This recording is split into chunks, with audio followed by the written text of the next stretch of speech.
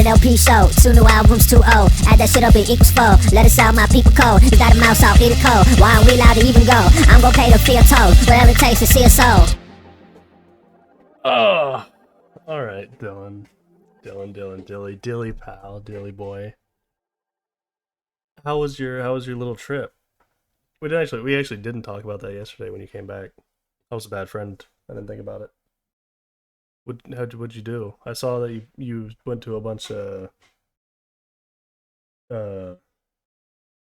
beer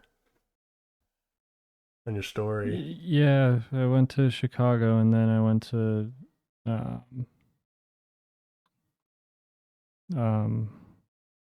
to Wisconsin. It was Wisconsin? cool. That's the cheese place, right? It is. That's where I got cheese there. Did you get cheese? Hell Of yeah. course. Is there anything else to do, or is it just cheese? I really don't know. That's it. That's all they got? No, it's cheese and alcohol. Cheese and alcohol. That's a... Lots, and it's the drunkest state. Admittedly, that's kind of cool. I like as far as places go, those are two good things to have. Admittedly, cheese, honestly, I've had less desire for cheese as I've gotten older. Like, I like it, but like, you know, back when I was a kid, I would eat cheese sticks. I don't want a cheese stick anymore. That sounds gross. There's too much cheese. You don't get it.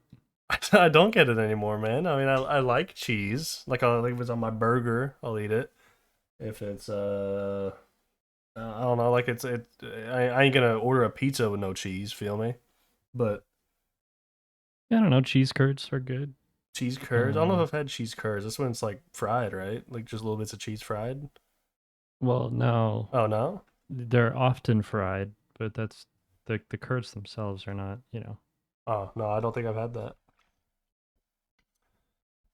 Sounds I don't know, sounds fancy. It's one of you fancy town folks' foods, isn't it? No, quite the opposite. Well, you eat cheese curds and snail. No, You Yeah. upper class crust bitch. it's just fucking alcohol. Yeah. Yeah. Well, that's cool. You know what I did? I did, you know, well, you know, I got nothing. I didn't do anything. Nothing. You did not a single nary a thing. Well, I guess I started streaming again.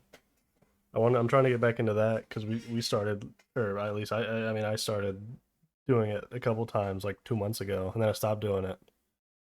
So I want to get back into it. I played like Itch.io Slop mostly. It was very fun. I love horror slop, like free Itch.io downloads where it's clearly a guy who's like trying to get Queso to play it. I'm not fucking with you.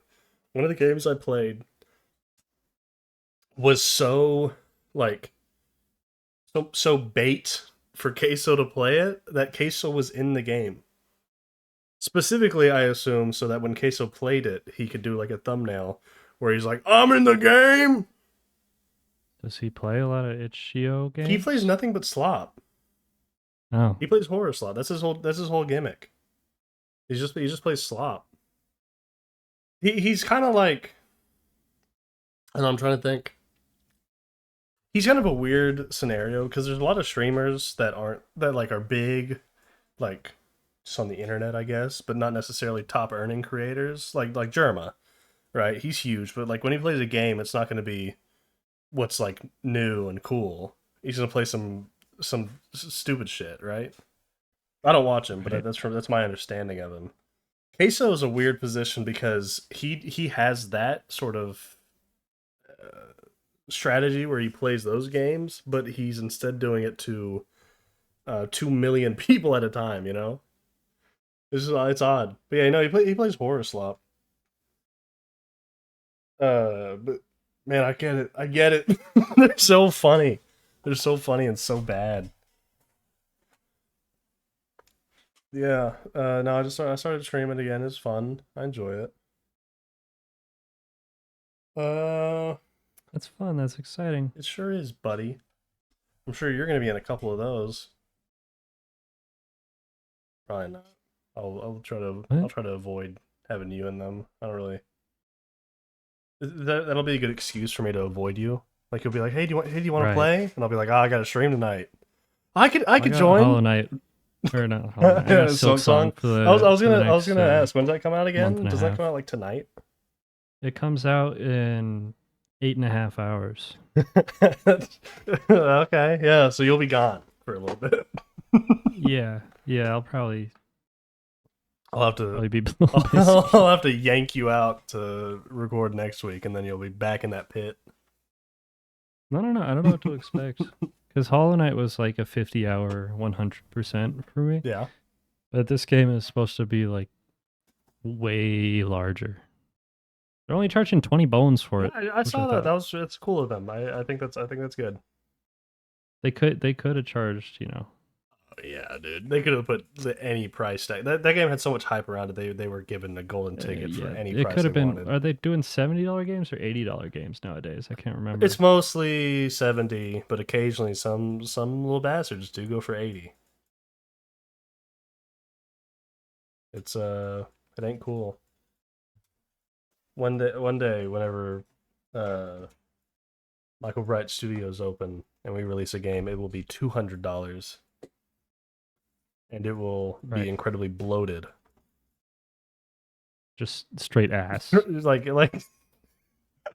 about 4 hours of gameplay, but it's like 300 gigabytes. And I'm like, I don't know how to compress anything. I'll put as many polygons as possible so it looked nice.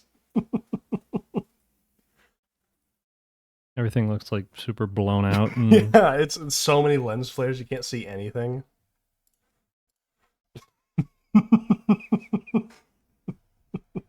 It's missing basic functions. Like there's no like volume slider. There's no option center at all. There's no way to change any buttons or volume or FOV frames. Nothing. It's all locked. Right. Oh, dude, wait. You know what? You know what I did while you were gone? I 100%ed Peggle Deluxe. I thought you did that before I left. Ah, did I? Fuck. I believe so. Damn it. Oh, man. Oh, well. You fuck up. Well, then I guess I beat Peggle Knights. The second one, Peggle Knights. I didn't 100% it yet, but I beat it. And then I used the Wayback Machine to download the online exclusive DLCs. There's just like this. There was a bunch of. They released like 3 free map packs that you couldn't get anywhere else. So I had to use the Wayback Machine to find like it was only online for like 2 weeks. So I had to go to that part of the Wayback Machine where it was online. It was very odd. But I got them. Were able to obtain it? Yeah, I got them. I downloaded them. Interesting. Wayback, I feel like usually doesn't have maintain like download stuff. Does it not? I haven't used it very much. I only used Wayback because I don't even remember why I. Oh, it's because on like the community content thing for Steam, they had like a Peggle Knights. I don't know. Someone mentioned that there was like some DLC packs and it was like how to get them, and I was like, oh, I want those. So then I did. But I don't really go. I don't really know much about the Wayback Machine. It's cool. I like that it exists. I think it should, but I just don't really use it. I don't know much about it. Anyway, Dylan, maybe instead of Peggle, we could talk about music. I guess. Wait, I thought this is the Peggle show. Double-sided El Peggle show. That's our April Fools. That's the April Fool's episode. Okay, admittedly, That'd be horrible. No, hold on. If we talked about the music in Peggle, that's a 4-hour episode. You know how in depth the music in Peggle is? It's great. It like builds as you play. Now I'm playing it muted to listen to music while I do it, but I do have respect for the Peggle soundtrack. Right. Anyway, do you want to know you want to know what I've been listening to, Dylan? What have you been listening to? Me? Oh, I am so glad you asked, Dylan, because I have been listening to 4 records. I have been listening to Kosa's Perilyouth, Knats Knats, Atmosphere 7's Travels, and Modest Mouse's The Lonesome Crowded West. To start things off... Dude, what a crazy coincidence, first off. What do you mean? No, don't tell me. Also been listening to those two. You're yanking my two things. chain. No, I'm not jerking your shit, homie. You're pulling my wiener. Dead serious. Wow, that is impressive. Who could have seen that one coming? Ain't it? I don't know. Not me.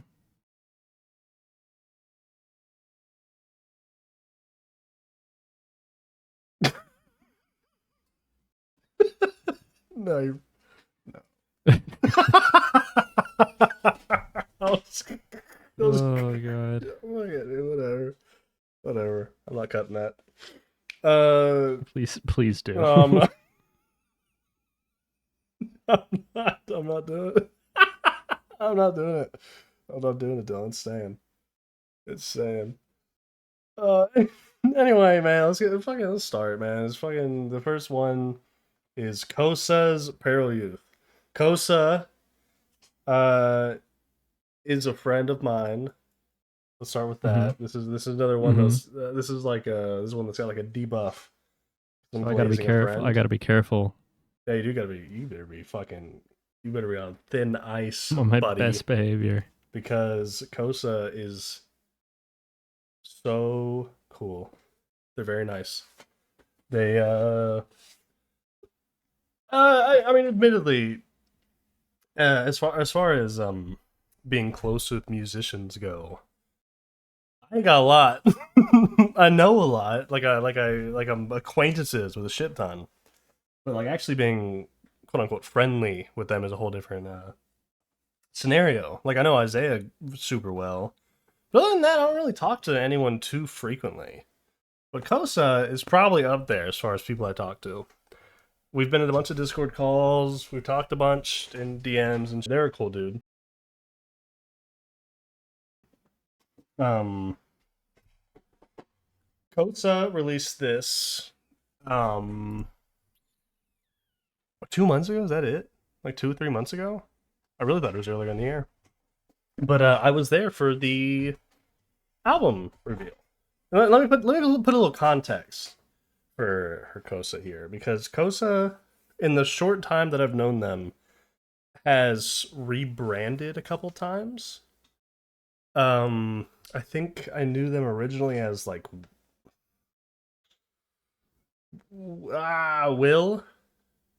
I think they went by Will as their rap name, and then Will. I don't remember. They had a couple different rap names. They had a couple albums that they released and have been taken down, which I would assume were lost media, quote unquote, technically. But after a couple rebrands, this was like the first big debut, right? I mean, I think like on their, Spotify and shit, there's stuff from before this, but this to me feels like a debut EP, the first true big release. I love this record. I got on that Discord call whenever it was the premiere, and I don't know if this is gonna sound rude, but like I went in thinking it was just gonna be like aight, because I've been to a couple, and like I've enjoyed myself usually, but like usually I'm just like, yeah, that was pretty good. But whenever I was there for this one, the first song comes in, and I'm like, the production level on this is a lot higher than your run-of-the-mill internet rapper lo-fi shit, right? No hate to no one else, but this, you gotta admit, this is a bit on a different level. This is the production value on this is fucking insane, considering it's all done by Kosa. It is very well produced. The production blew me away because I didn't know they could produce. Honestly, maybe they'd produced stuff before, but I'd never seen anything of it. So you didn't know Ball. I didn't know Ball. I knew that I liked them as a rapper, but everything I'd heard them on before was like lo-fi, mostly through features. I think I knew their style from.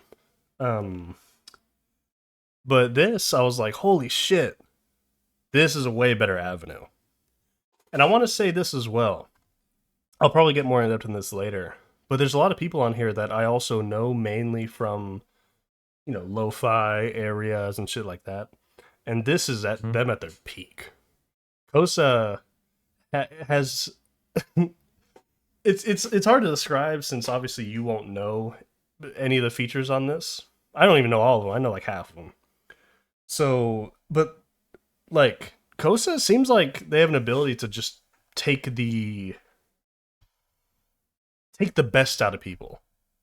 Like a lot of these people are great, but like Dynasty, for instance, Dynasty's on like 3 or 4 of these tracks, and I usually really like Dynasty, but this is the best I've heard Dynasty. Dynasty released an album this year. I really liked it.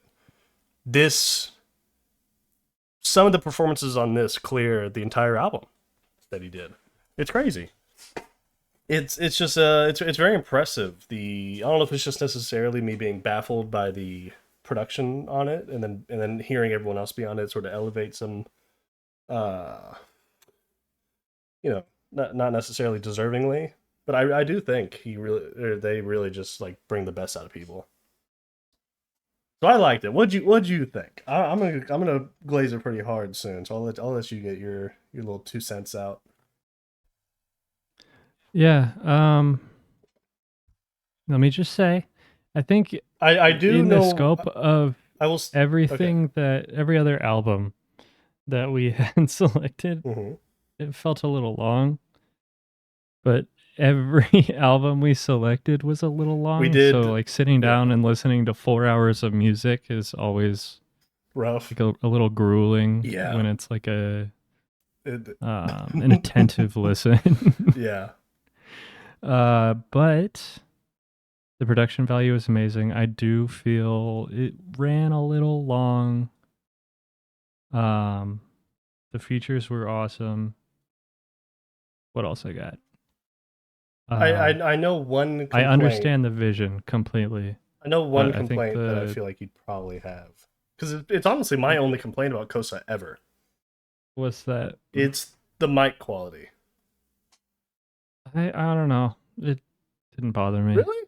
It like I would have figured it would have gotten to you, because I feel like at times you're a bit harsh on messiness. Not in a bad way. Not like I'm being like you're a harsh critic or nothing. But like I really would have thought that like jumping at me. I really would have thought that'd tick you off. No. Yeah. Not so much. Just wasn't.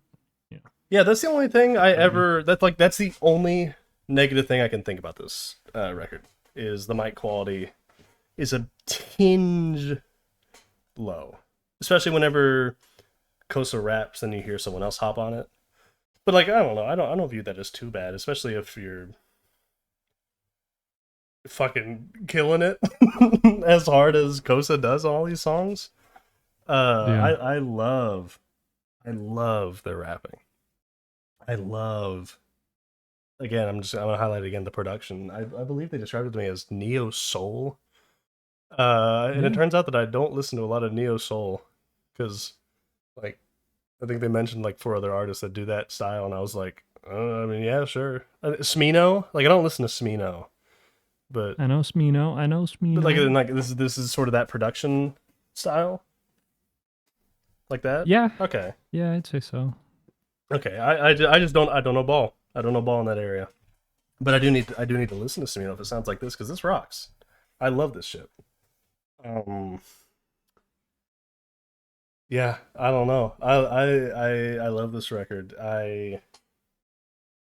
It's one of those ones where like I don't know how to word it. Obviously, I believe every artist should that like truly cares and is able to do something sort of fresh and unique should get big, right? But out of those, I really feel like Kosa should get big, because don't know many motherfuckers that work harder than Kosa.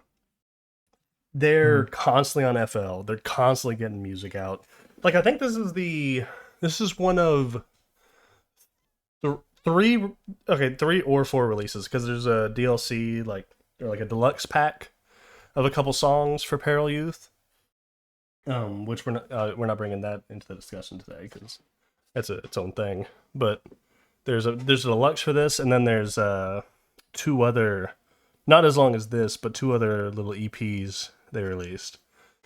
So like getting this shit out, having the quality be this good so consistently, it's just crazy. Quality being so high quality. Well, you get the quality being good, and well, you know, usually you have to sort of meet in the middle of quality and quantity. But Kosa's kind of got both going on. Like, I don't think they've released a bad song this year, even close. I've loved everything they put out. It's just it's wildly impressive to me, especially knowing that they don't work with producers really. I mean, like, in a sense, for their projects, it's wild to me. Yeah. Let me just say the more melodic rapping on a lot of these is certainly not up my alley, but that's not to say it wasn't well done. That was one thing I was thinking when I was listening to this, is that how do I put this? Remember when we talked about the JIT album and how I was like, the romantic songs kind of suck me in? And I feel like that's usually the case for artists where their highlight is their rapping ability or their lyricism. Usually their downfall are the romantic songs.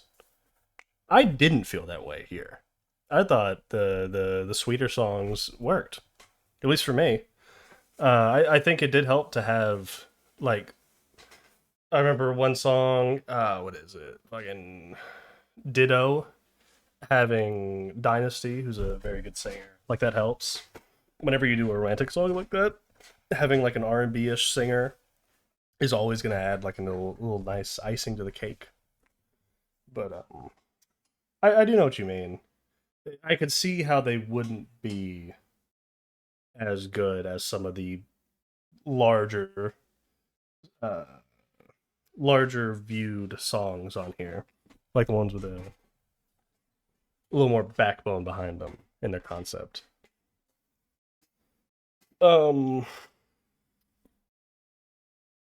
Yeah, I don't know. This is one of those ones I just love. I love this record. I've listened to it. This is probably one of my most listened to albums of the year. I come back to it all the time. And there's a couple songs that are definitely going to be on like my like rewind of like most listened songs of the year. There's just a handful, especially at the end there, that like I'm just putting on repeat. I just put on all the time. I love the like end run of this album so much.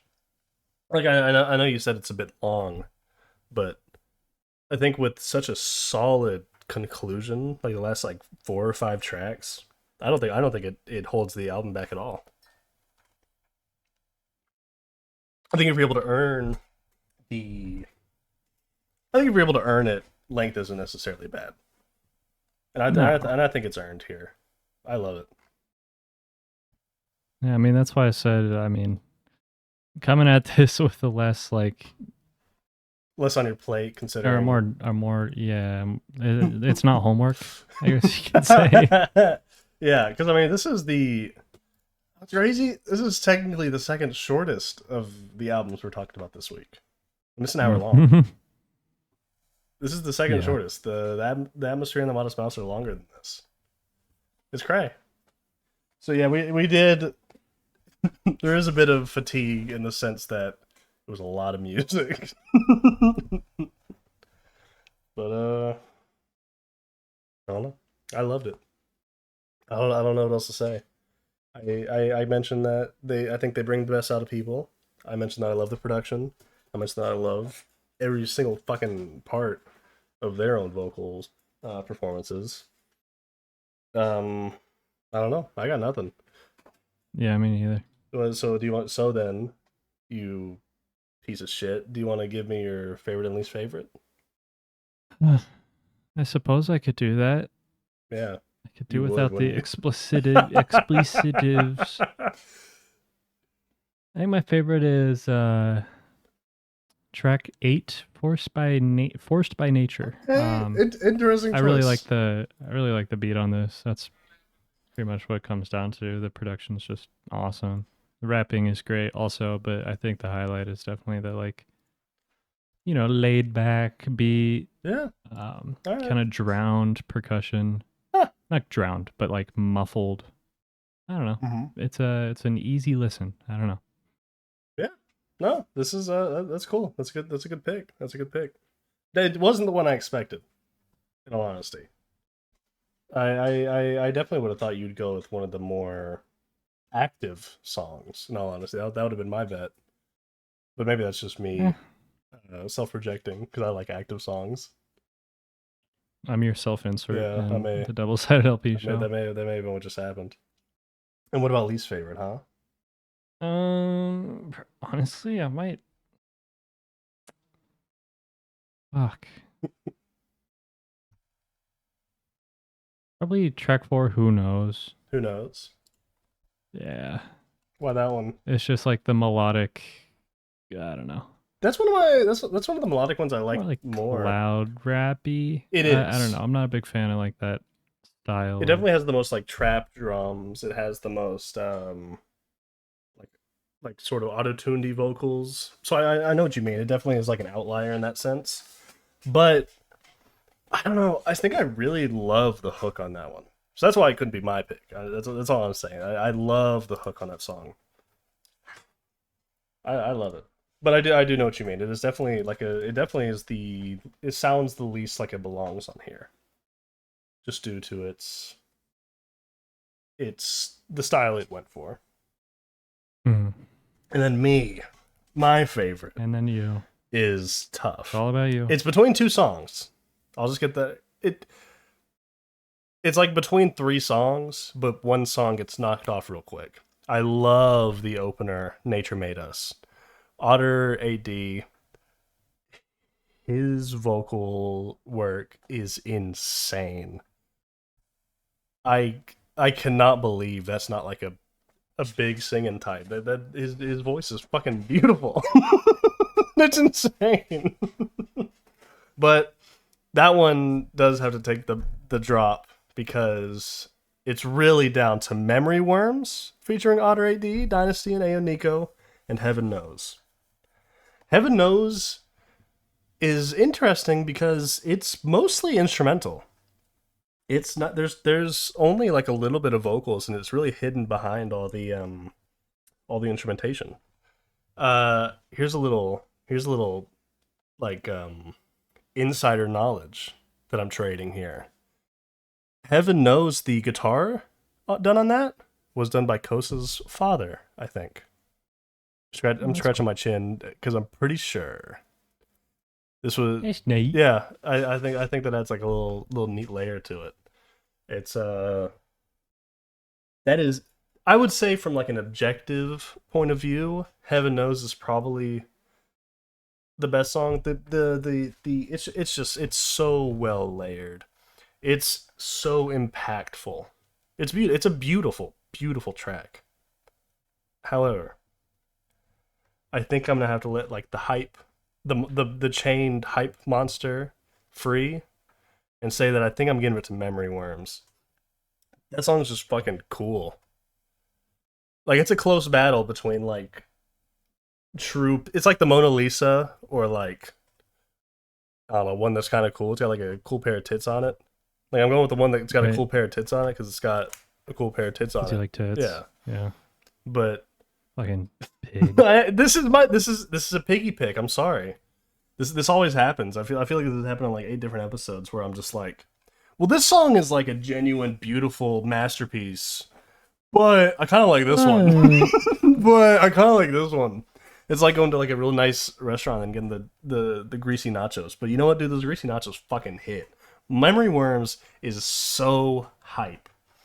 It's probably my favorite Dynasty verse of all time. You went to the best Mexican restaurant in town and got the fucking like cheeseburger. Yeah, but you know what? They make a great have on the menu for like children. But they make a great burger. Mexican. I will say this: I don't order it, but like sometimes if I'm going with like my little sister, and we go to like a Mexican place and she gets something because she's real picky, and like maybe it'll come with fries. Mexican food places have better fries than anyone else.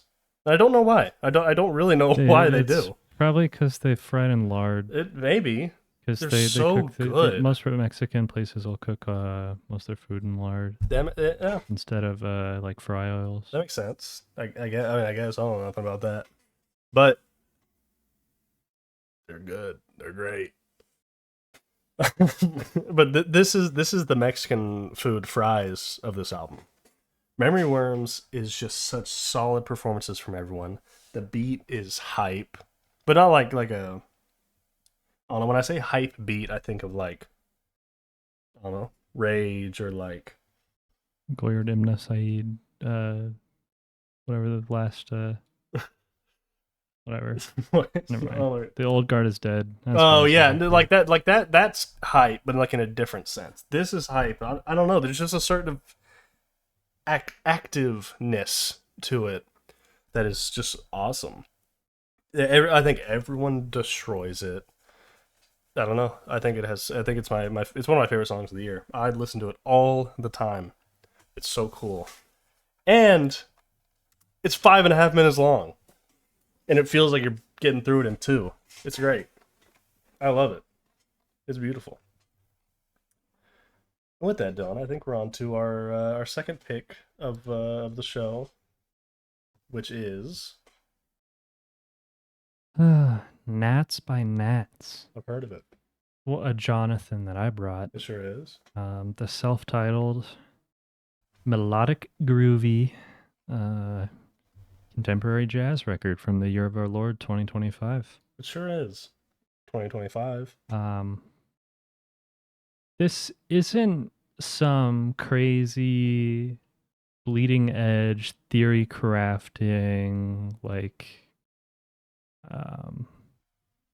status quo destruction of a record. Okay. I think it's just some enjoyable music to listen to while you're like doing something else. I don't know. That's why it was just I like it. Yeah. No, it was. The it saxophone's was really awesome. The trumpet's awesome. It was really good jazz. I enjoyed it. It's a quartet, I believe. The picture has 3 dudes on it that I'm seeing, but I don't know. The cover has 2 dudes, and then their profile picture has 3 dudes. So I don't know. All right, one of them blokes is playing something different on a couple of these. Then, well, I mean, like on Bandcamp, I see like the credits. There is a lot of people credited. Technically there's 5 people credited, just in general, and then there's a bunch of credits just for random songs throughout. So I don't know. I don't know enough about jazz to really speak confidently and tell you who's actually part of it. But I don't know. Yeah, what you think? This was cool. I really liked it. I mean this in the least rude way possible. This sounded like old school. You know how like weather stations, like the news stations, they'd have like the craziest jazz you ever heard for some reason. Whenever it's just like they're about to talk about the weather, it kind of reminded me of that.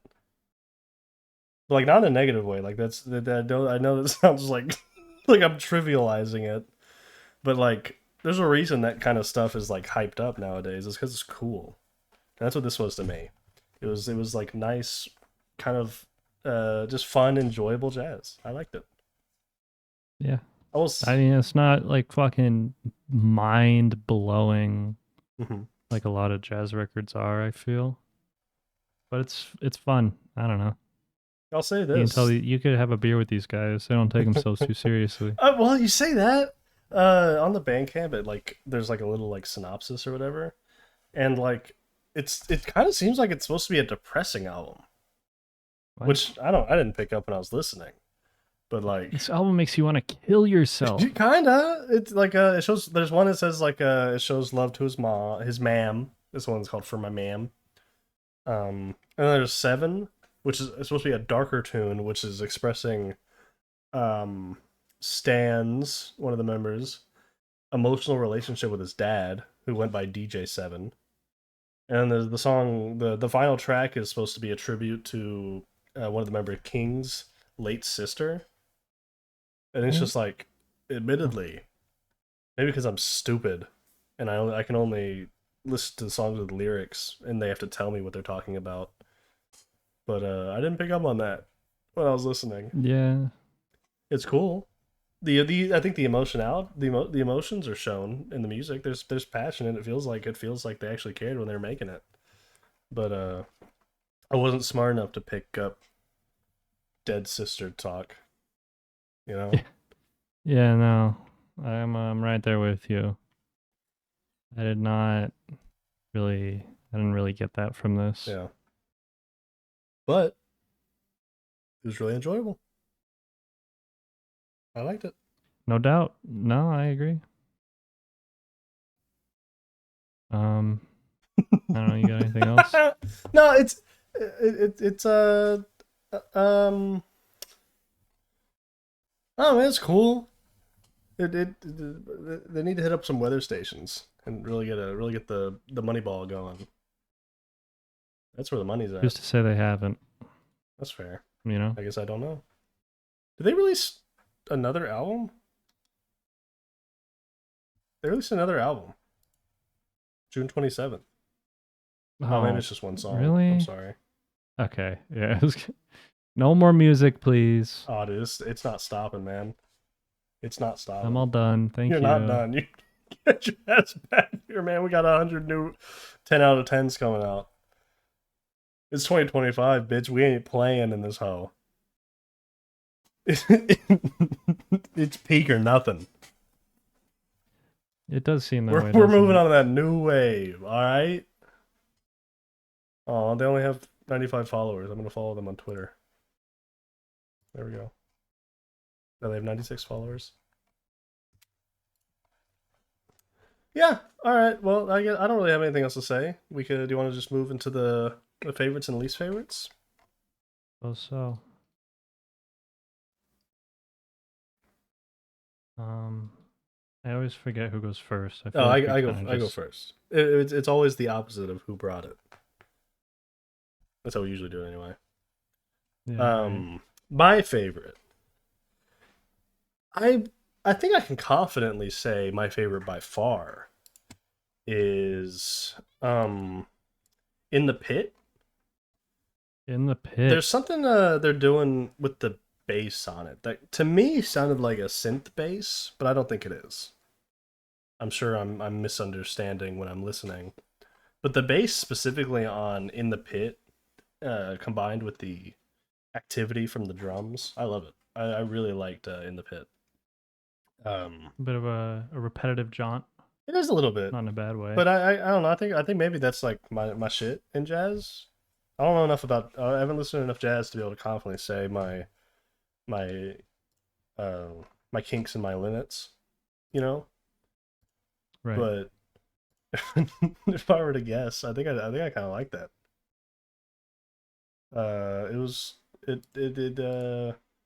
That one got me. That one I quite liked. And then to counteract that, my least favorite. Actually, I want to say this. Actually, a close second favorite, weirdly enough, is the little interlude in the middle. The Machina I remember Thema. liking that. It's a really good interlude. They go crazy in that 1 minute and 6 seconds. But they really do. But my least favorite.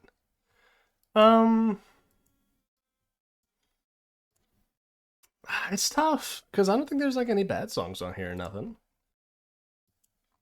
So like, eesh. Maybe I think the final track, A Days.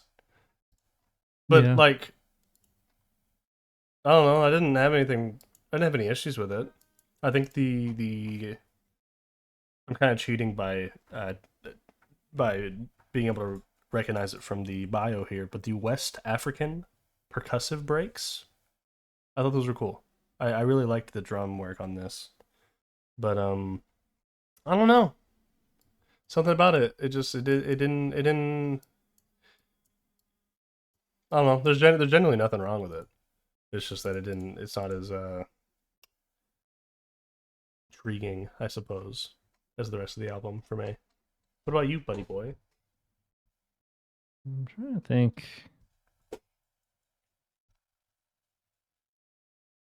I think my favorite's gonna go to Black Narcissus. It's a good one. This is a jazz standard, so most people are doing this shit. It's not like an original piece or anything, It's okay. but their rendition of the song is quite interesting, and I enjoyed it quite a bit. So this is it's like a song that a bunch of people have done. You're saying?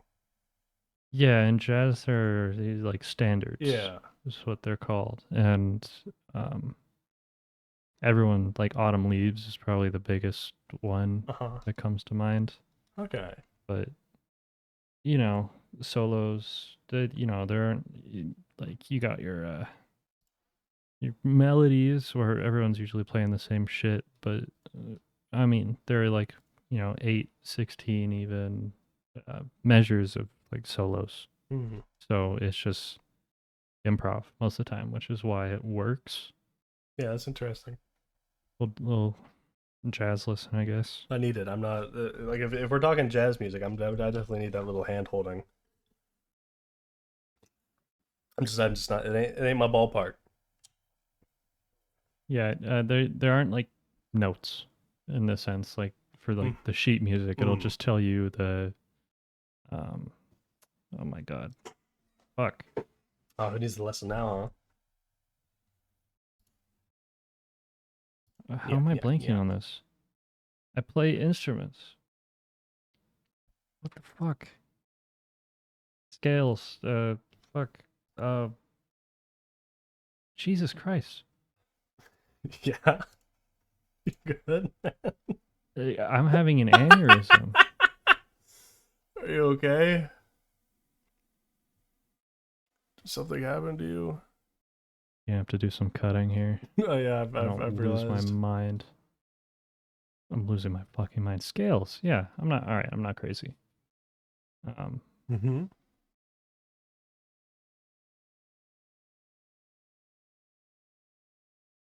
Jesus Christ! Wow, that was fuck, man. I'm actually like I feel like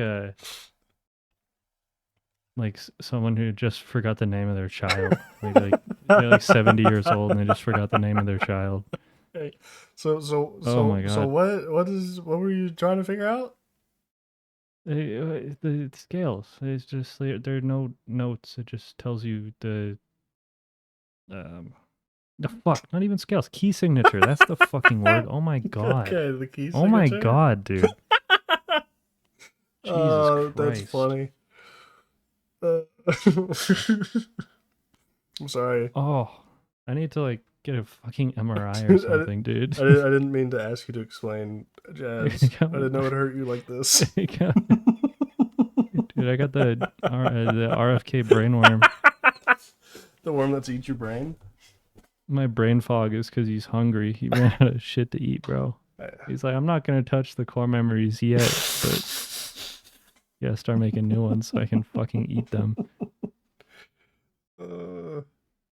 Okay. Anyway.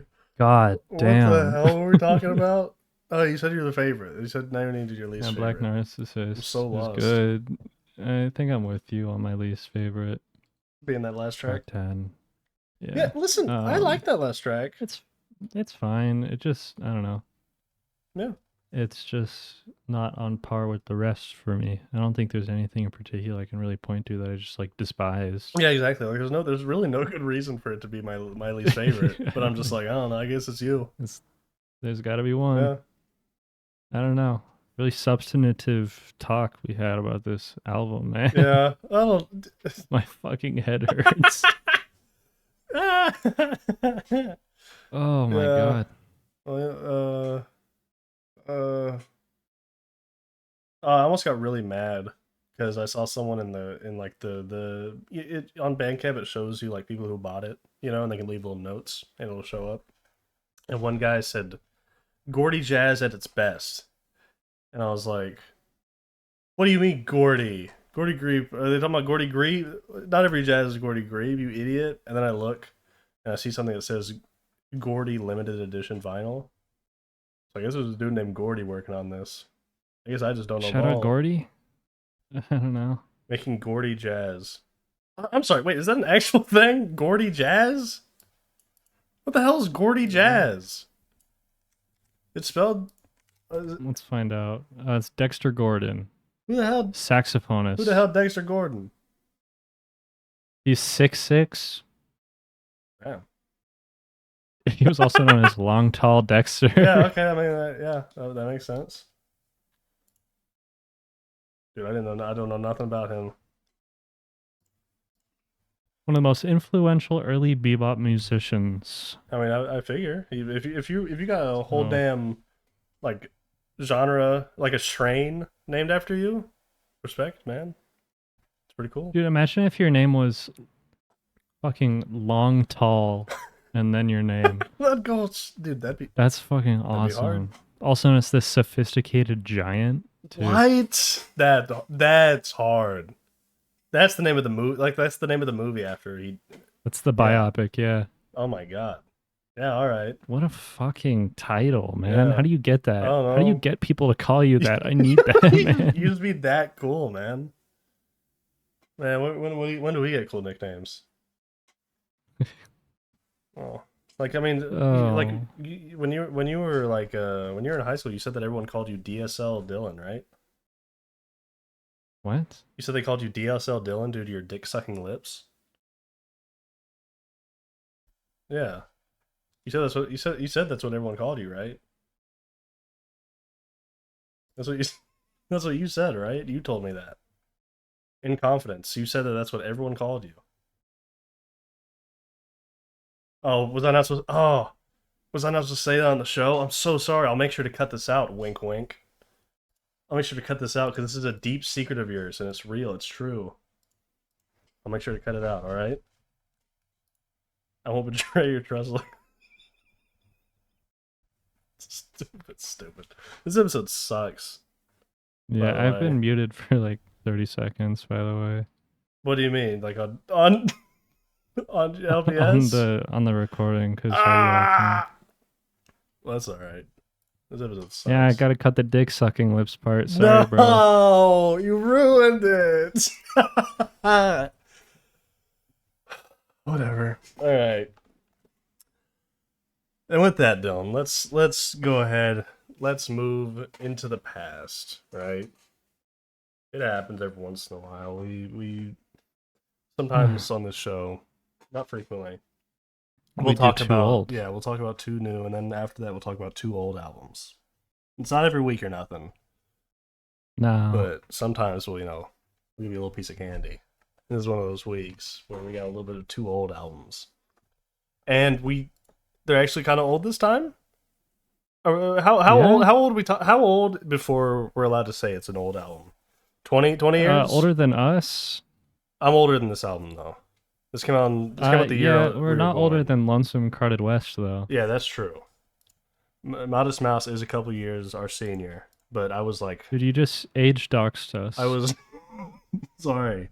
I personally, I don't know about you, but I was walking around, I was crawling in my diapers, I think, when this one released. Yeah, I was probably shitting in my pants. at the time of release for Seven's Travels. Oh, interesting. Okay. This one, we've been kind of quick with the other two. This one may take me a second. Because I got to get a couple things off my chest about this. I'm just going to start it first with Atmosphere, the group. Plug the rapper and the producer. The group Atmosphere. I wholeheartedly believe that they have one of the best discographies in rap. The only competition in my eyes of people who have been both have matched quality and consistency is Lupe Fiasco. Like for the length of discography, for the quality of it, I think the only competition is Lupe Fiasco.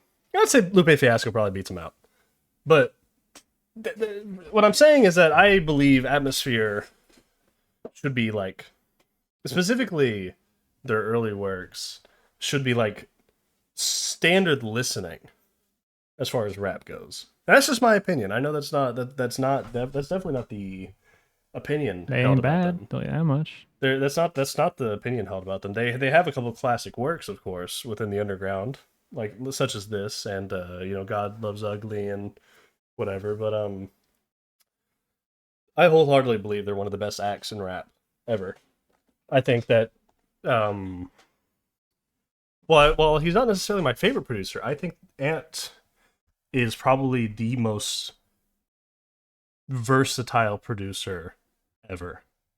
If you listen to the Atmosphere discography, he has kept it fresh and innovative for fucking 30, no, not 30, or I don't know, at this point getting close to 30 years. And he never misses a beat, in my opinion.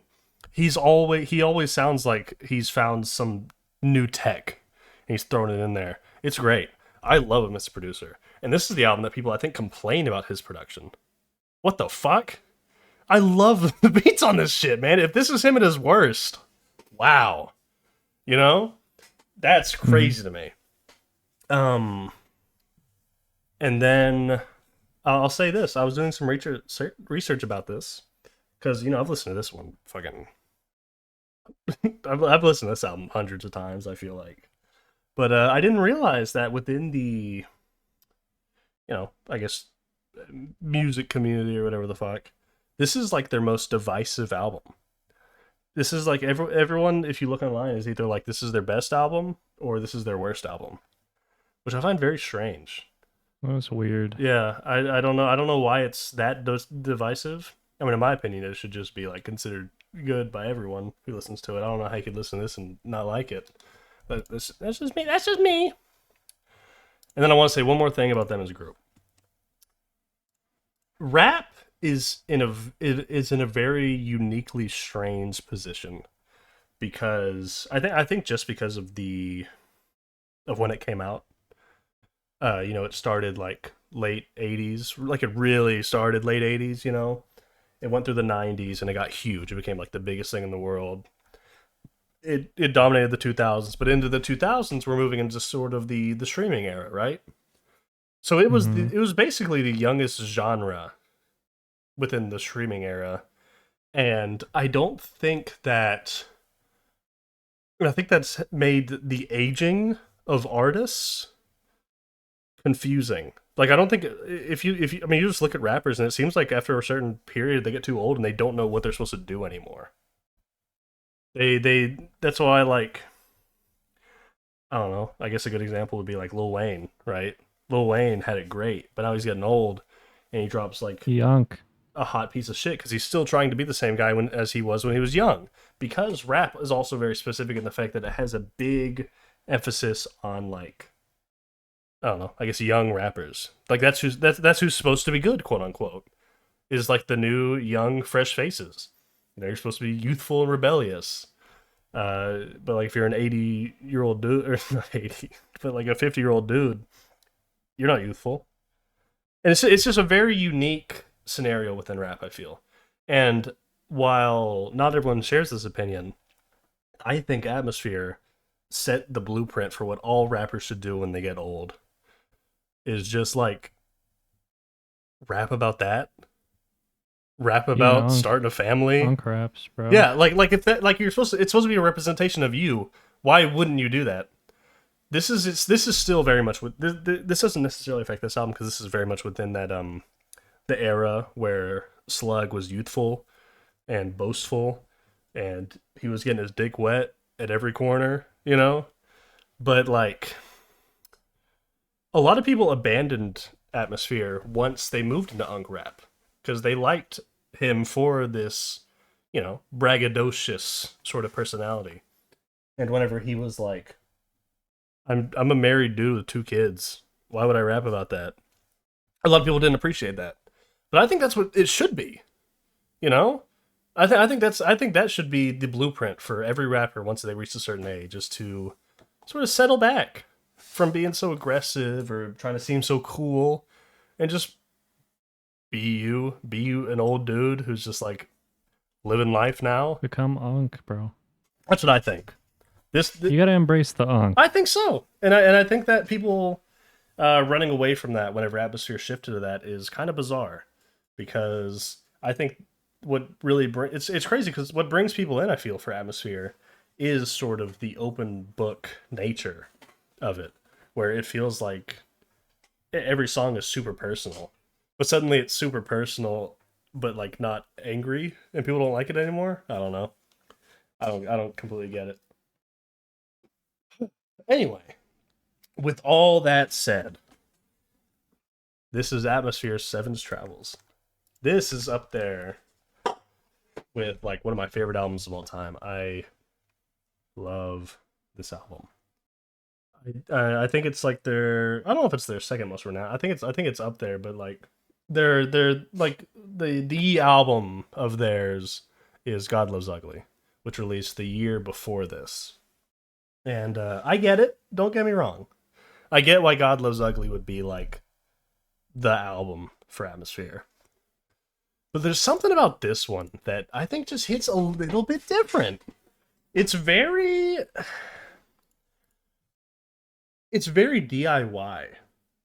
The production sort of has a grittiness to it, and there's a sort of manic to Slug that I think is not necessarily there on the rest of their albums. This feels like they made this while on tour, which, you know, maybe I actually don't know if it was. I assume it was, considering like every 3 songs there's an interlude about them going to like a different city and talking about that city. You know, like there's Denver, Denver, Colorado. There's Los Angeles. I don't know why they named it Denver, Colorado. I don't know either necessarily, but you know, there's a lot of little bits of like the little sound bits where it's like they're on a bus or they're on a plane or whatever, they're traveling. But dude, let me tell you, after the little intro for history, whenever Trying to Find a Balance comes in, holy shit, man, I'm hooked. It's so good. And I think that's the song that really got them big. Like, they were big-ish, and they really got big because I think Trying to Find a Balance was on the Tony Hawk soundtrack. And yeah, I get it. I get how that would bolster, like, push them into fame. I love that track so much. It's not technically the opener, but it's really the opener, you know? And I think it's one of my favorite opens of all time. The little build up with like the looping guitar, and then the drop with the vocals and the drums. Holy shit, man! It's great. It's great. I think Slug has one of those voices in rap that I call golden voices, where they can say anything and and it'll go hard. Not everyone has it, but like there's a certain select few who can say literally anything and it'll probably go hard just because they have a cool voice. Like, I saw some people online hating on the line where I think it's on this song where he says, "Stop writing raps and go play volleyball." And I'm like, "Fuck, that goes hard." They should go. Right. They should go play volleyball. Right. Oh my god! And I saw people hating on that, but honest to God, he sounds so cool while saying it. I think it works. Like, I don't think he's capable of sounding lame, just because he has a beautiful, smooth, velvety voice. I love it, man. And then the production value on this, it's so good. I love Ant. He's so talented. Anyway, I've been, as I say, dick riding for a little while now. Is there what did you think of it, huh? I love the production on this. Classic rapping, you could say. What if rappers rapped like this? I don't know. It's a good album. It's fucking long. 26 songs is ridiculous. You listened to the Lux version. Okay. I did. It's just the only one on Apple Music. Oh, yeah, my bad. I only on the main track listing it ends at track 19. Always Coming Back Home to You. That's when it's supposed to end. That's what I listened to. I didn't I figured with this Oh. Yeah, my bad, twin. Yeah, no, that's what it's supposed to end, and I don't really like those. That last like little run of deluxe tracks. I'm not huge on those, in all honesty. I don't think they add to the record. So I apologize that you listened to that one, because I don't think it's a great deluxe, in all honesty. It's that changes things a little bit, I guess. It's supposed to end at track 19, which is it's still a pretty long album. I mean, it's still like it cuts off what, like fucking 10 minutes, it's an hour 10 minutes, as what we're supposed to be talking about is it's an hour 10 minutes. There is a couple seconds you could theoretically cut off because, you know, back in the day you were able to do this a little more sneakily, but there's a bonus track on that last one, so there's like 20 seconds of silence before the last quote unquote song. But nowadays on the streaming, you just look and the wavelength is like moving, and it's just blank. Yeah. You're like, that's weird. I remember when I listened to the Deftones Pubic Hair album, I think it's called. There's a final. Yeah, you've mentioned that twice. What are you talking about? What? Pubic hair? Yeah. Around the fur. Oh. It's about her pubes. No, it's not. It's about something else. No, it's about pubes, right? It's about pubes, right? You know, man. Yeah, it is. Yeah, you're right. Okay, I thought so. I'm sorry for that. The last track on that, when you listen to it, or at least when I listen to it on streaming, it is honest to God like 8 minutes before before they give you the secret track, and I'm like, come on. You're like tapping your foot. I am not one for like, I don't know, editing songs and shit like that. I think we could maybe cut that one down a bit. That just worked better on CD because it was like a cool thing that you like would accidentally find. But like when I'm trying to play that shit just because I'm listening to the album and it's silent for 8 minutes or whatever, that's a bit much. This one's not so bad. It's legit, like 20 seconds.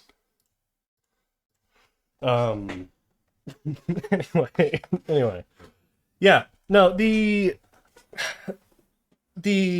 like I don't want to say characters he plays on this album, but I don't know, the way he presents himself as this big dick idiot, just like having all these woman problems, traveling, a himbo, shitting like that. Yeah, it's great. I love it. Like the track. What's that one track?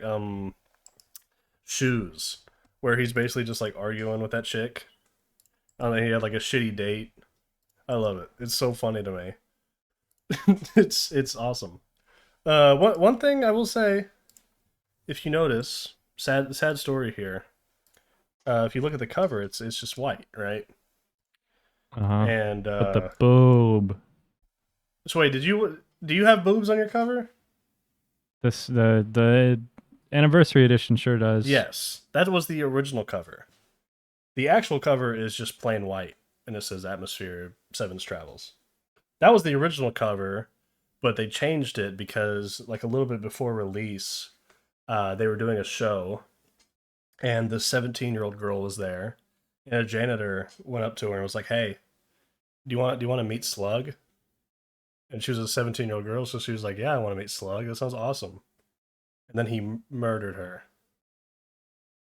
And they thought it'd be a little distasteful to sexualize a woman on their cover after a woman was murdered at their show. No. And he was. I don't know if she was assaulted off the top of my head, but I do know that the janitor was a rapist. So, you know, it looks dim. But it's interesting because it sort of has a ripple effect because it's not on this album, but it's either their next album or the one after that. Slug wrote a song about having that experience, and, you know, knowing someone got hurt at one of his shows, blah blah blah blah blah, and he cites that as the song he shouldn't have written. And then everything after that is when he changed and he became sort of this more positive figure he starts rapping about his family and how much he loves his wife. You know, it's interesting. It's the rapper. He was basically just like, man, world kind of sucks. Why would I why would I feed that with all these songs about how sad and fucked up the world is? Why wouldn't I relish the life I get to live? I think it's cool. I love it. But this is still in that era of kind of I live in a grimy world, and I'm here to get my penis in any warm hole it can find. And what about Boy Hole? I'm not sure if he's familiar with it. I do think that there's a line that may not have aged well in Los Angeles. Let me check. It's about boy holes. Los Angeles atmosphere. Oh, that just came up with the weather.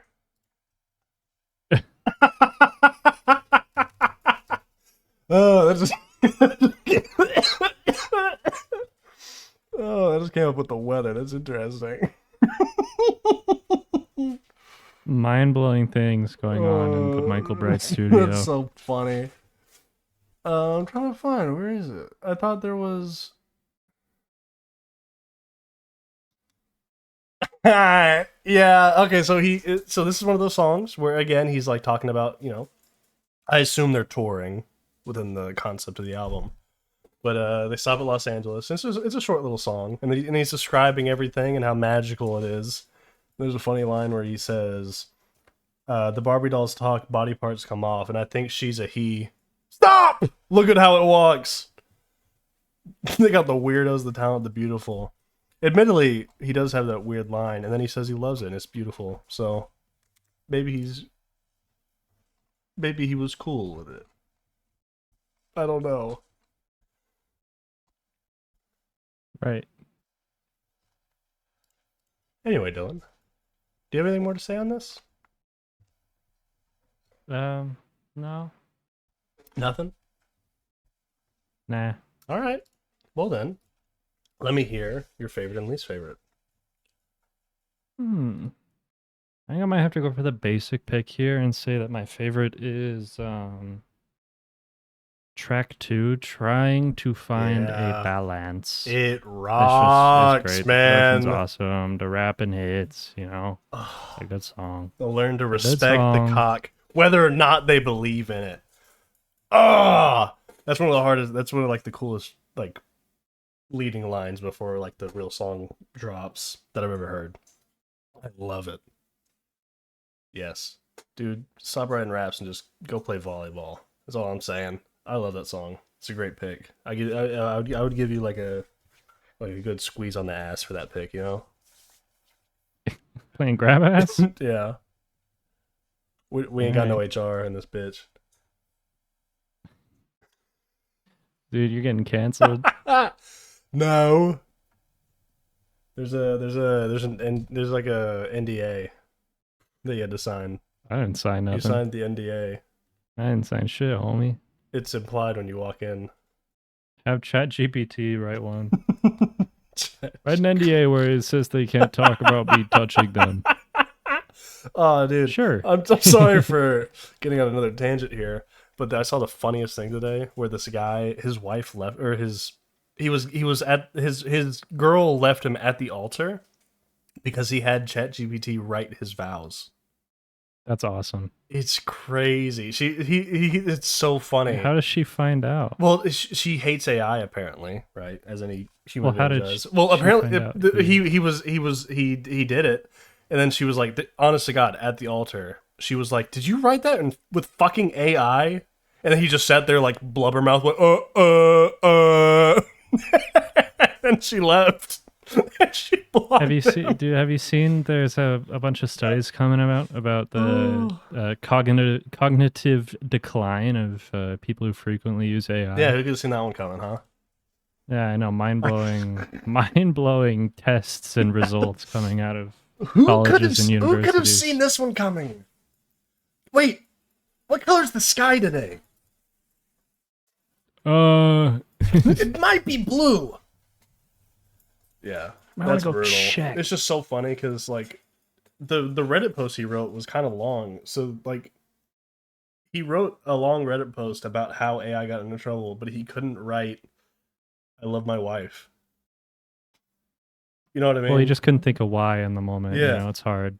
It's just crazy. It's It's not like they're getting married. Well, not no more. They ain't. Oh my god, dude, that's insane. And it was just so funny because he was somehow like he was talking to like the bridesmaids after, and they were all just like, "No, yeah, she was in the right. You're a piece of shit." I would do the exact same thing in her scenario. And he was like, "I don't get it. Do people really hate AI that much?" And all the comments were like, "I guess, but also, do you love you love your wife, man? What is that?" How do you like? I don't know. How do you marry? How do you like almost marry someone? Yeah. I guess they didn't get married. How do you almost marry someone that you like? I don't know. Fundamentally disagree with them on like something. Well, like that. Maybe they were dating before the commercialization of that is large language models definitely or something. like a more modern thing. So I'm sure it was just like because he said he didn't know she hated it that much. I mean, I don't think it's so much about AI at that point. Hot take. Dude. Just crazy shit, man. anyway. At least you're at least favorite record from you on this one. It's shoes, man. No. It's these are your shoes. These are my shoes. Could have been We've an got interlude. his shoes. Nah, dude, I love it. It's definitely the most comedic track. It's just I don't know. I will never come back to this one. I'll tell you that much. No, I love it. I really do like shoes. I think it's a good one. I can't believe you. He vomits. He vomits on her floor. He doesn't get laid. It's great. It comes right after like the beautifully produced Lifter Puller. This is like me writing fan fiction, but I'd like to think that Tyler the Creator got that sample from hearing Lifter Puller. Because I just want him to know ball, you know? Yeah, he probably know ball. You think he know ball? Or it's just that Tyler and both like are good producers and they know how to find a good sample. It's possible. it's possible. Anyway, I will say this. It's a tough pick for me because Trying to Find the Balance is one of my favorite openers of all time. Cats Van Bags is one of my favorite beats of all time. The grittiness on that one and the feature from Brother Ali, holy fuck, man. This isn't a favorite, but I do want to mention that I think you're very lucky. You Coloradoians are very lucky. The Denver, Colorado, as far as like the songs that are sort of about a town or an area, that's definitely the best one. That one go kind of crazy. The finale of Always Coming Back Home to You. The first bit before like the hidden track is so good. And it has such a great message. The second half's okay.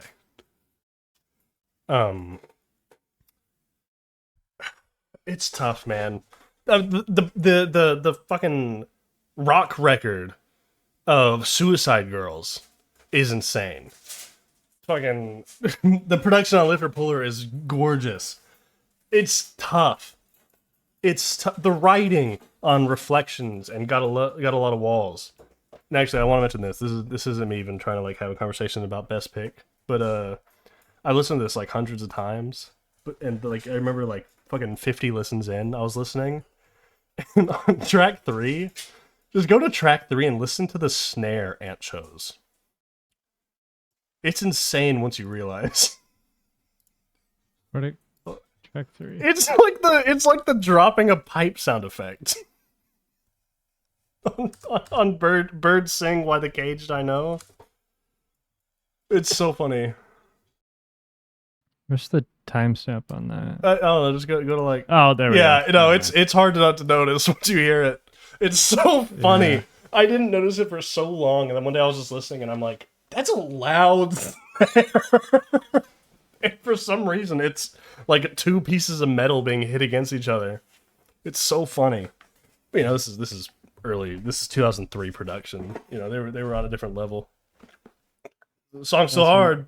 Some other shit. But now every time I listen to it, it's so hard for me to not like think about that loud ass snare. Right. That's literally it. That's all I want to say about that track. I love that song, but holy shit, that snare's crazy. It's kind of ridiculous. Anyway, my favorite song though, I think I have to agree with you. I think Trying to Find a Balance is simply kind of unbeatable. It is such an opener. It fucking grabs you by the nipples and twists, man. God, I love it. I love it. I love that song. And then my least favorite, I like the second here. Okay, if Always Coming Back Home to You's secret song was its own song, it'd be that one. But since it's hooked to the other one, it can't be that. I like the hidden song, but it goes a bit long, I think. But the first half's just too good. The first actual song's just too good. So it can't be that. My least favorite. Without cheating and picking one of the weird like interludes. Probably be like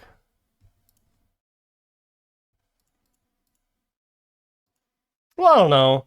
I guess all the like quote unquote interludes are songs. I mean, is it an interlude if he's rapping for 2 minutes and 14 seconds? Not really. I wouldn't say so. Yeah. No. So I'd probably go with Los Angeles. I love it. Don't get me wrong. This is one of those ones. It's one of my favorite albums of all time. I love all these songs, but I don't know. The beat's not as interesting to me. The rapping's fine. He's like kind of being tongue in cheek about Los Angeles, while still like showing off that it's a great city. And it's just I don't know. It doesn't quite hit as hard. Now, admittedly, in my mind, it's still like barely amazing. Or barely from amazing. I love this album. It has, in my eyes, basically nothing but bangers. It's one of my most re-listened to albums ever. I come back to it all the time. But yeah. With that, Dylan, I think we're on to our final track of the show, which is a little something that you brought. Yes. Modest Mouse's Mouse Eyes. Mm-hmm. Mouse Eye. The Lonesome Crowded West. Yeah. I've only started going on like the album of the year and Rate Your Music website since we've been doing this show, because I kind of like to get an idea of what people think. I'll say this is one of the few, I think it was Rate Your Music, maybe out of the year, whichever one, like every album's a 3 on that website. This is one of the first times I've ever seen a 4. It was like a 4.02, but it was a 4. Yeah, I mean, it's 112 overall. Yeah. It's pretty doing something right. Yeah, it's kind of crazy how beloved this album seems within, at the very least, the musical nerd community. Yeah. Like losers fuck with this heavy. It's definitely important. Yeah. An important shaping work, you could say. Mm-hmm. But it still sounds pretty fresh, in my opinion. Yeah. I love this thing. Yeah. It kind of ascends genre, in my opinion. But definitely like an indie rock. Like it says slacker rock. I don't know what that means. No, I get it. It's that. Is that? What else is slacker rock? Shit. The Duster microphones. Okay, never mind. I get it. You get it? It's because it's that. It is definitely slacker rock. This that shit. There's a lot of that in the 90s, apparently. Well, yeah, that's when it was huge. I mean, like, this one of the biggest. I guess I don't know if it quite counts, but I think kind of loser rock was sort of that was its like probably its high notes were the 90s. Yeah, being in a rock band, but also being losers. I mean, Weezer's debut was an easy pick there.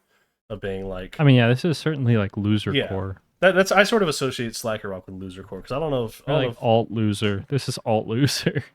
Yeah, alternative losers. Yeah. Yeah, for sure. I don't know. This record's awesome. The instrumentation I feel like is very unique, and it's fucking everything is got like a pedal on it. I feel like, even like the percussion super. I think it was just recorded poorly, but like the percussion's not warm, but like staticky almost. Yeah.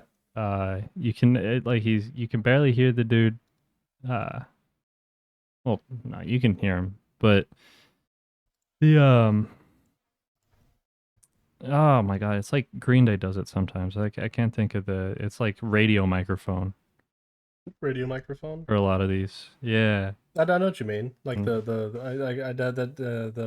way I guess I don't know, it was the way it sounds. Yeah, I know what you're referring to. But this is definitely trailblazed for modern, like post-hardcore, post-punk, even Midwest emo, which I hate the Johnification of that. Okay, the verbiage of it. But you mean you just don't like the title itself of Midwest emo? The title itself. Okay. Yeah. Yeah. Because I do listen to quite a bit of it, but it's got a shitty name though. Yeah. Dope ass record, man. It is. I liked it. One of Northern Lions' favorite albums of all time. He talks about it very at least once a week for some reason. He makes a reference. That's cool. To this. I guess I can get those now when I watch them. If I hear any. Oh my god. I tried. I spent so long looking for this bit. Yeah. Like I don't know how long ago it was at this point. He's like, "Oh yeah, my my mom says her favorite song on the Lonesome Crowded West is Styrofoam Boots. It's all nice. It's all on ice, all race. But she doesn't like this when the snare comes in because it scares her. And I think the first time I listened to this, I did jump from the you're talking about snare coming in. Yeah, you're just talking about like a 240 when it goes from Styrofoam Boots to It's All Nice on Ice, because I thought this, it was like the song was being ridden out on, it was about to end. It tricked you. And I'm just like, oh, I can remember pretty vividly. I was laying down, I had my eyes closed.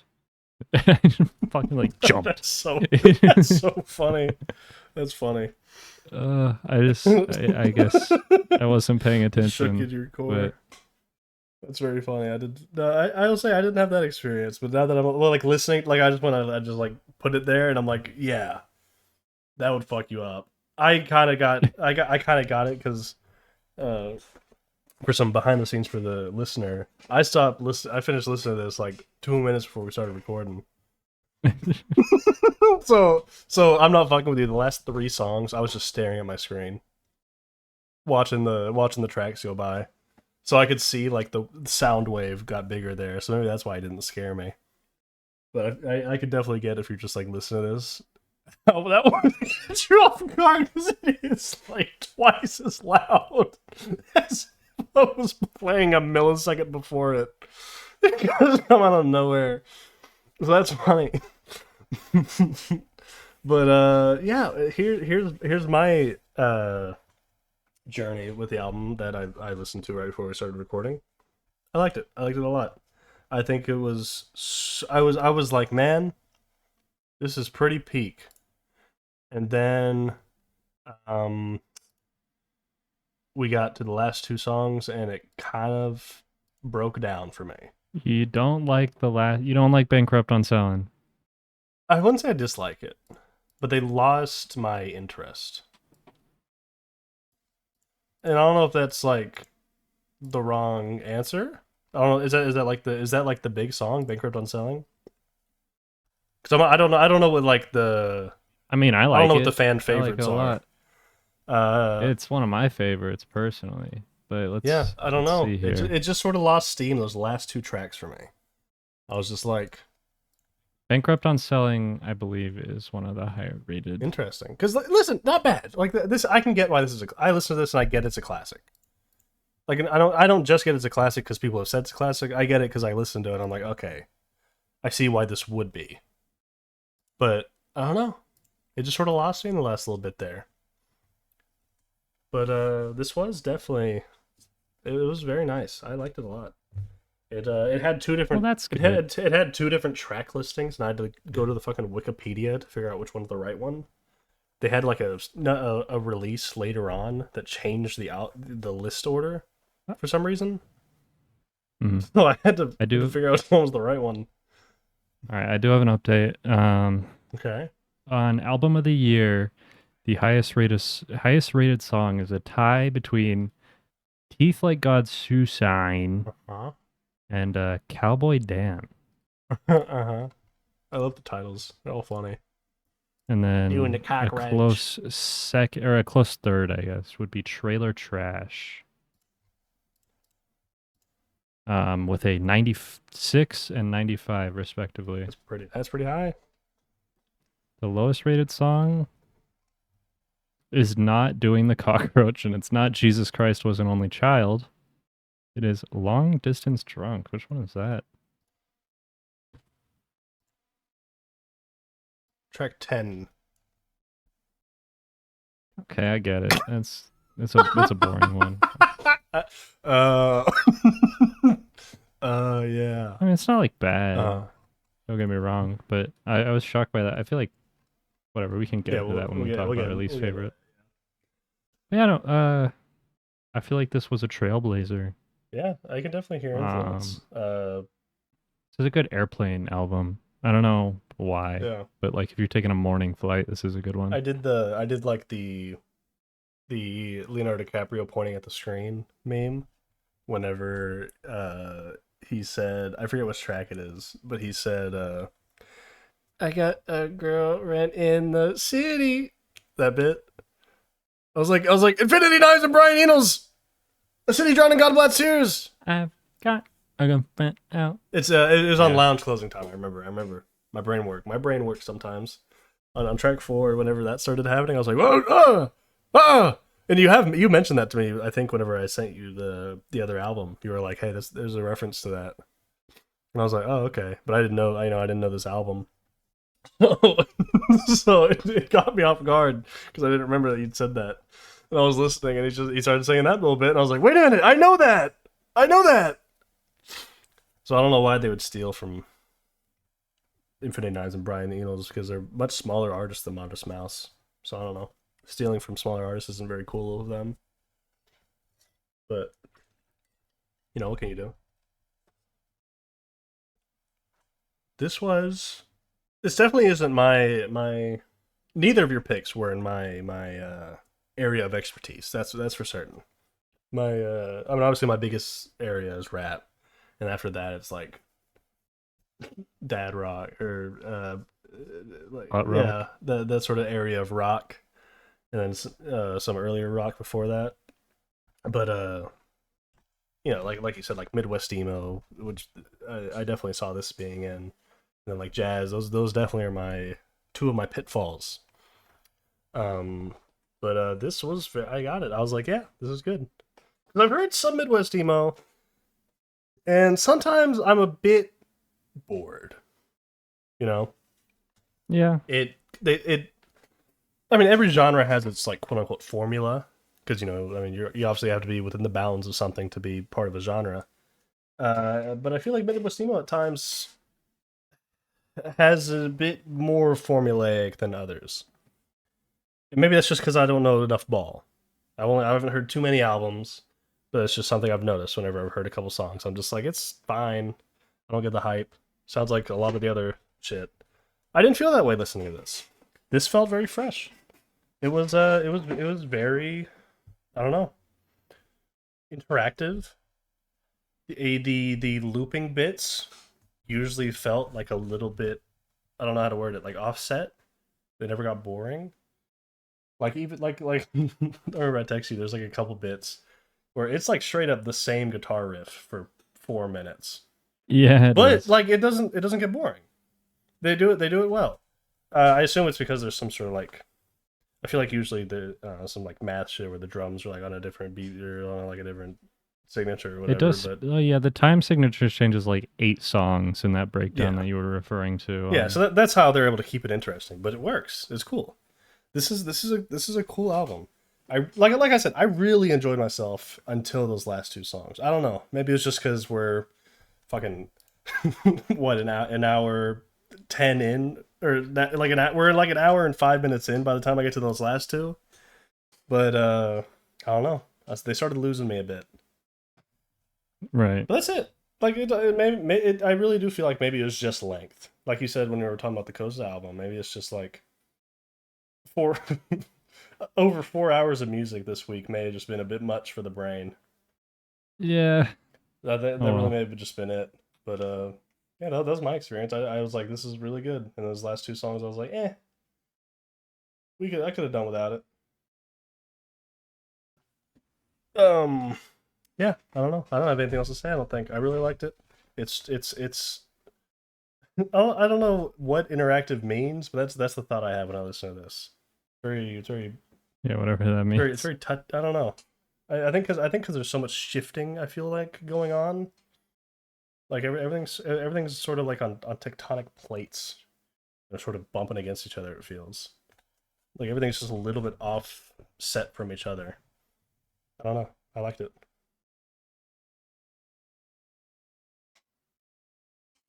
Are we I think that's. Are we to that point of the show? Is it time? Oof, I'll say this. Favorite's gonna be a tough pick on this one. I liked a lot of the songs on this. I already mentioned Lounge Closing Time. That little breakdown is nice. Where they're like saying, "My girlfriend is pretty," and it builds up. I was always a big fan of the more by the books rock sections, where the guitar is putting in a little bit of work. Yeah, you know, the cooler songs. Those ones that I usually sort of were big on. And I think my favorite pick, which now I'm learning that it's like a basic bitch pick, but is one of those songs, Cowboy Dan. Cowboy Dan's got a little bit of activity to it, you know? Yeah. It starts kind of slow and it sort of builds out and it comes back in and then it builds up faster and faster. It's dope. It's a cool little track. I liked Cowboy Dan a good bit. My least favorite though. Tough. I know I complained about those last 2. Nah, never mind. Okay, here's the thing. It's almost Styrofoam Boots. It's on Ice Alright. It's almost that. But honestly, it saves it in the last like 30 seconds for me when the drums just start going crazy. That part's so cool. I loved the drum work on that. It was so good. So that saved it from taking the bullet. But sadly, I think Bankrupt on Selling is what's going to take the hit. I couldn't be bothered when I was listening to it. And maybe that is just because I just listened to this and I was tired. My ears were tired from all the music I fucking jammed into them over the past few hours. But yeah, in a perfect world, that's like I don't know. That's not 4 albums. That's like 6 that we listened to in that time. So maybe that's why. But honestly, Bankrupt on Selling, I just couldn't have been fucked when I was listening to it. Yeah. I was taking the hit. It lost me. That's the one that lost me. What about you, buddy boy? Also Basic Bitch. But I think track 1, Teeth Like God's Shoeshine. Great opener. It's gotta be. Yeah. I don't know. I love this as an intro. I love this as a standalone track. I love the for lack of a better word, beat switch. Yeah. There's like a breakdown about halfway through, and then it comes back in. He's angry this time. Mm-hmm. And then At the end, like the harmonizing going on where he's just like belting is like awesome. Yeah. Just a great track all around. And then Yeah, it's good. It's a good track. least favorite is track 5, Jesus Christ Was an Only Child, I think. Yeah. Not I think, I know. You're pretty confident in that choice? Yeah, the first couple times I listened to this, I thought it was a harmonica making that fucking like annoying ass song. Or not a harmonica, sorry, a kazoo. Yeah. That's just a dude with a microphone. Oh, really? I'm almost positive. I'll say that. I will say this. I get. It's just I get that fucking pick. grating, man. I get that pick. I don't know. I like it within the context of the album, but I feel like This album's still a 10 for me. But I'll say this. Christ almighty. You mentioned earlier, maybe I'm picking up on something you didn't mean to put down, but you were like going through the what songs were rated the least, and you mentioned that alongside Doing the Cockroach. Do you got beef with Doing the Cockroach? it's just wacky. I love I Doing don't the know. Cockroach. I feel like It was up music there. snobs would just not fuck with it, is all. Oh no, I love the second half. The second half rocks. Second half does rock. It's probably why people. Yeah. No, I didn't know if know. maybe that was one you disliked. 'Cause I fucked with that one hard. It grew on me. I didn't like it for a while, I think. Yeah.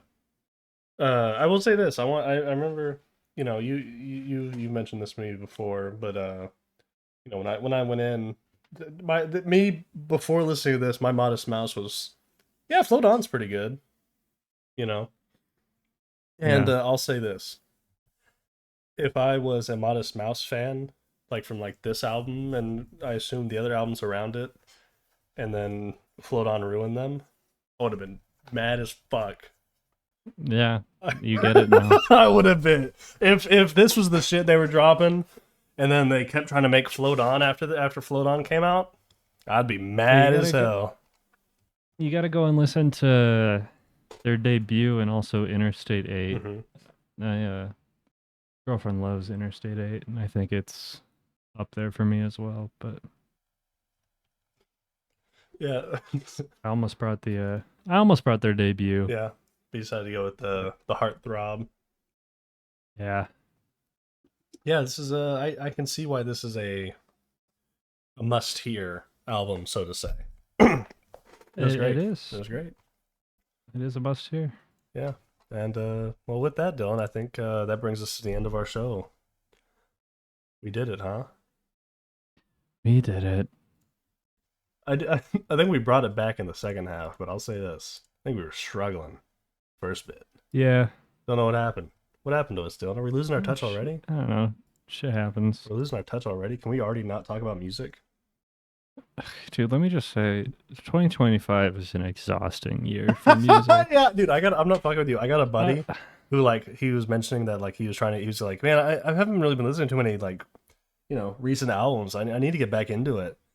And I scared him with how much I described this year, how it being at like so much peak, coming out all the time. He was like, I think I'll just like try again next year. And I'm like, that's insane. We're legit drowning in peak, and it's making people not want to listen to music at all. I scared a guy from listening to music because I said it's too good right now. That's just crazy to me. It's a ridiculous year. You're right. It's a wild year. It's absurd. I'm definitely overwhelmed at times. I'm sitting there. I'm like, oh yeah, oh another album that puts a wedge into my possible top 10. Yeah. Cool. Like when we like earlier in the year, I had a better like pace going. I was keeping up. And I go on like albumoftheyear.org and I recognize, you know, probably like 13 or 15 of the first page, which is 25. Yeah. I'm looking at it now. I know like I listen to like 3 of these albums. Oh, wait, on album of the year or radio music? Which one? On or album of the year. So if you go to like 25 and sort by favorite or like critic score. Okay, yeah. Apparently, the Haley Williams is a must listen. Yeah, no, I saved that. I'm very excited for that. To be fair, it is. I heard it's great. You know, usually you're gonna see stuff at the top just due to it being like recent. You know, it's not gonna have all these high releases. But yeah, apparently it's great. I mean, if you I'll be listening to that one soon. If you go to user score, I recognize a lot more. But even then, it's like. Yeah, I will say I think I'd usually go with user score. I mean, like critics don't know what the fuck they're talking about. Let's just say this. The third pick's Bad Bunny. We don't like critics here. The third pick's Bad Bunny. I'm not. Come on, let's take a step back. Listen, they're saying the 11th best album. The critics are saying the 11th best album of the year is EU Sexua. EU Sexua by FK Twigs was awesome. I could give you 30 better albums at this point, which is crazy because you listen to that and it really should be like, holy shit, this is an outlier. But 2025 is just so good that it's tough. What are you gonna do? It's insane. Well, yeah. Well, you got a favorite and least, or not favorite least favorite? New picks for next week. Yeah, new Dude, picks. I don't know. Fucking. I need to get like one of those, those bingo machines where they get like the ping pong balls and they put the numbers on it. I just need to put every great album this year and do that. Because it's anything. Anything that has come out is great. If I had to pick one for next week, I'm trying to think. What have I been putting on recently? I'm listening to Realistically, I've been listening to Imaginal Disc by Magdalena Bay over and over again, so it's kind of hard for me to pick a 2025 pick right now. But if I were to go, you know what? Let's get a little romantic here. Why don't we, Dylan? Why not? I'm gonna bring, and this is a crazy pick. I don't remember if I do forget if I actually put this in the album of the year music or album of the year video we did. But Kaylee Uchis' album last year let me down pretty hard. But this year, Kaylee Uchis released an album called Sincerely. And my socks were blown off. It's sensual, it's inspired, it's emotional. It's great. It is great work. And I think that'll be my new pick. My new favorite pick for next week will be Kaylee Uchis' Sincerely. It's a beautiful record. Beautiful record. And then your new pick? I think I'm pulling out something old. You can't pick out something old. It's new.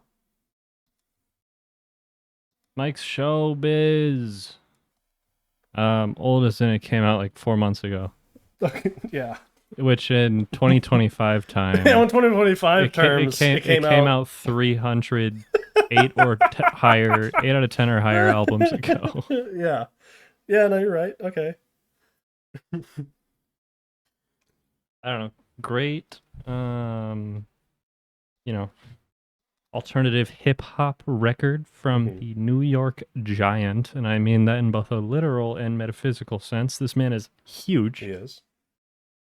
Big guy. Great record. It's a good record. I'll be able to speak on that one a little bit. And for my old pick, Dylan, I'm gonna give you a choice between two albums. I'm not gonna say their titles, of course, because I'll probably bring the opposite choice next time. But I'll let you choose. One is, I'll say this, it ain't a 10 out of 10, but it is one of the hardest trap albums of all time. Mm-hmm. And then for my other pick, it is a short, I think it's 15 minutes long, piece of art. That one, please. Are you saying the short one?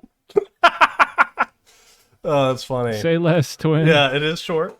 It is a genuine piece of art, which is kind of ironic because when you listen to it, it should be pretty obvious that it is straight up just about this rapper going into a oil museum. It's Sin 7's Cool Oil Painting Exhibit. It's how many tracks? 5 tracks long, and it's literally the rapper going and walking through an art museum and walking out. Ah. I'll say this with complete and utter confidence. Sin 7 is the best rapper from Finland of all time. I won't take no flack on that. He's like if to give you a little context for who he is, he's like Aesop Rock if Aesop Rock had an infatuation with like the Necronomicon or something, you know, like kind of horrorcore-ish, but like smart, not horrorcore in the sense of like, I don't know, like that one Tyler the Creator song where he talks about like eating a chick. That stuff kind of sucks in my opinion. This is horrorcore in the sense of not even this album. This album isn't even a great example of that, but he's sort of known for his horrorcore stuff where it's like, you know, it's poetry, but there's a little essence of the grim, of the Edgar Allan Poe-esque sort of shit. I love it. Sin 7 was one of my first like truly underground rappers I found when I was younger. Because there was like a 7? No. Sin 7 was 6, 7. Shut up! That won't be funny in like 8 days. It's already done, bro. It's already gone. It's already not funny. But Sin 7 was an artist that I found when I was younger, when I first started really exploring music. So he's always holds a great place in my heart, and I think this is probably the best like intro for him. This is such a solid little EP. And then your old pick. My unk pick comes from the ancient times. Okay. 2022. I knew it was gonna be some shit like that. All right. It is Black Midi's final album. This is one with the cool. This one with the cool cover. It's like purplish. Yeah. Okay, yeah. Not to be confused with Jeff Rosenstock's Hell Mode from the year after with the similar looking cover. I have heard that. I have not listened to Hellfire yet. Which I will say, this album is fucking insane, dude. This album's like an orbital migraine. It's like an ocular migraine. This is one of the albums I don't know how else to describe it. Most that I haven't listened to. Like as far as like, you know, per time's been told. And yeah, this album's like you're crossfaded off of like fucking ecstasy and acid. Okay, yeah. You're like, you don't know what the fuck's going on. Yeah.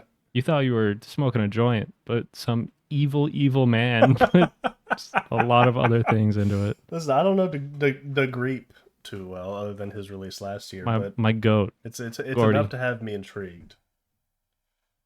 Yeah, it's like, you know, Gordy in a Prague jazz rock setting.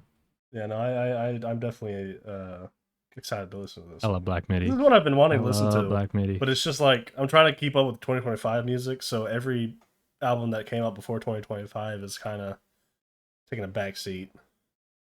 Like I'll get to it when I can. You know, I'll get to it when I can. So this is good. I'm glad I'll be able to listen to it. And with that, Dylan, I think that brings us to the end of our show. Yeah. Yeah. I want to say this, and it's not forced at all. I love the world. Yeah.